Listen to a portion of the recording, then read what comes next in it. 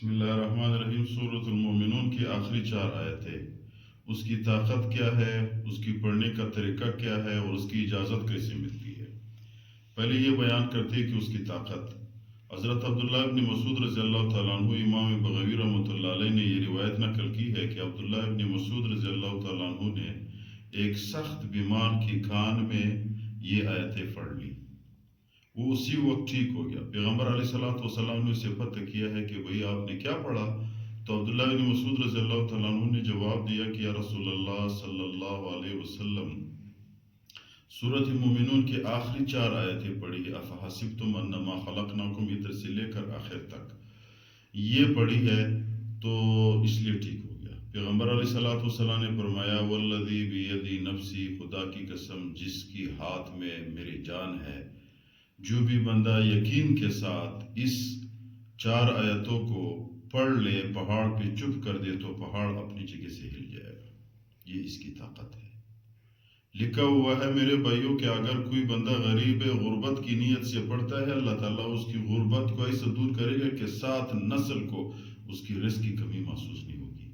بیمار ہے، بیمار کے کان میں چپ کیا کرو، دبائے کان میں چپ کیا کرو، جب تک اس کی بیماری ٹھیک نہیں ہوتی یہ چپ کیا کرو، اللہ تعالیٰ اس کی بیماری، اس کی طاقت کو اس کو ٹھیک کر دے گا۔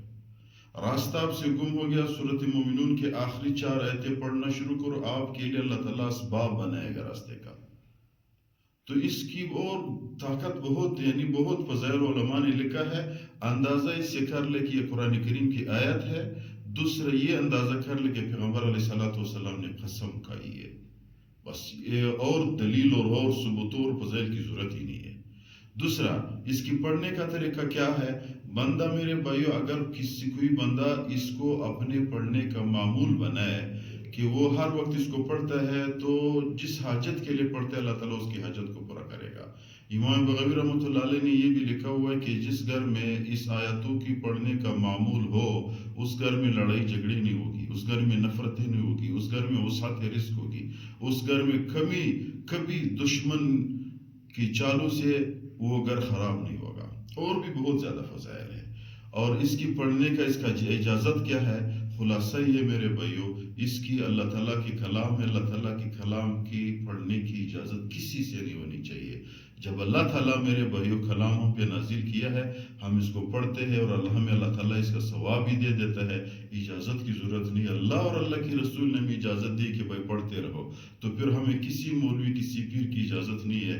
ہاں، بعض وظائف ایسے ہے کہ اس سے خدا نخواستہ انسان عامل بن جاتا ہے، اس کی اجازت ضروری ہے۔ یہ ایسے ہے کہ اللہ تعالیٰ کے کلام ہے، اس کی اجازت ضروری نہیں ہے۔ اور آخر میں ہم ویڈیو کے آخر میں یہ آیتیں شیئر کرتے ہیں، اگر کسی کو سورۃ مومنون 18 پارہ میں ہے، آخری آیتیں ہیں، اگر پھر بھی آپ لوگوں کو ادھر نہیں وہ ہو گیا، نہیں معلوم، تو پھر ہم اس ویڈیو کے آخر میں یہ آیتیں شیئر کرتے ہیں، آپ لوگ ادھر سے اس کو یاد کر لیں۔